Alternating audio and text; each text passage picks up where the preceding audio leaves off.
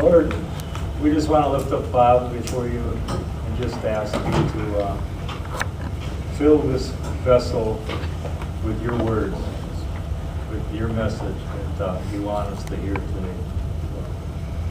And we just ask that you just watch over Bob throughout the next week, throughout the next couple of months. Just put his mind at ease. Take that stress out of his life, Lord. We ask this all in your Son's name, Jesus. Amen. Thank you, John.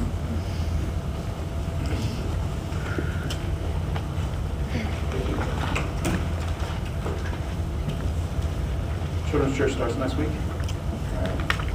So next week I'll dismiss you guys, or no, Mark will dismiss you guys to Children's Church next week at this time. So for now, you can stay here. Today, we stand at the dawn of a new era. A new time of challenge and opportunity lies before us. We look with eager anticipation to the future, expecting great things. We are ready to charge ahead into the unknown, confident of a successful and rewarding outcome. Presidential inaugural address? No. A general preparing his troops for battle? No.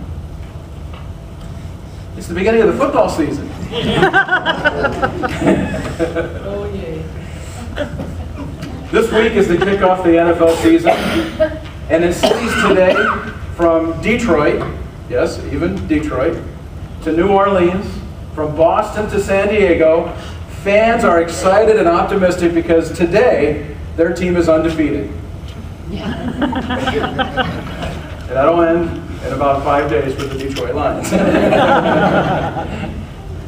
And while the season starts for most of us on Thursday night and in through the next 20 or 25 weeks, for the players it actually began back in April, when rookies showed up for rookie camp and began to do their workouts, and then when the other team showed up for what's called organized team activities, because they're not allowed to have practices yet, but they can have these organized team activities.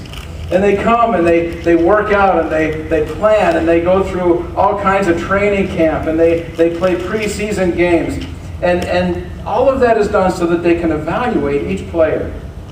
And then, after 5 months of conditioning and rookie camp and mini camps and training activities and all the things that go into it, inter-squad scrimmages, preseason games, reviewing the film, yesterday came the day that Mike McCarthy, the coach of the Packers, said was the worst time of the year.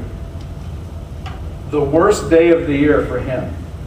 That's the day when he has to take his 75 men that have tried out for the team and pare them down to 53. So 22 guys by 5:30 yesterday afternoon got called into the coach's office, sat down at the chair, and he had to look across the table at them and say, you know, I appreciate you being here. You did a great job. I know you worked hard. You've got lots of talent. But, and send them home. Even though he's right, and even though he makes a decision on good evidence and on the feedback of others, and even though it's the right thing for him to do, it's still a tough thing for him to do. In fact, he said that it was the toughest day of his year. It's with that image in mind that I want us to take a look at another portion of the greatest sermon ever preached. In Matthew chapters 5, 6, and 7, and in Luke chapter 6, we have recorded a sermon that Jesus preached as he traveled around Galilee. Most of the time we call it the Sermon on the Mount these days. But I believe that it was a sermon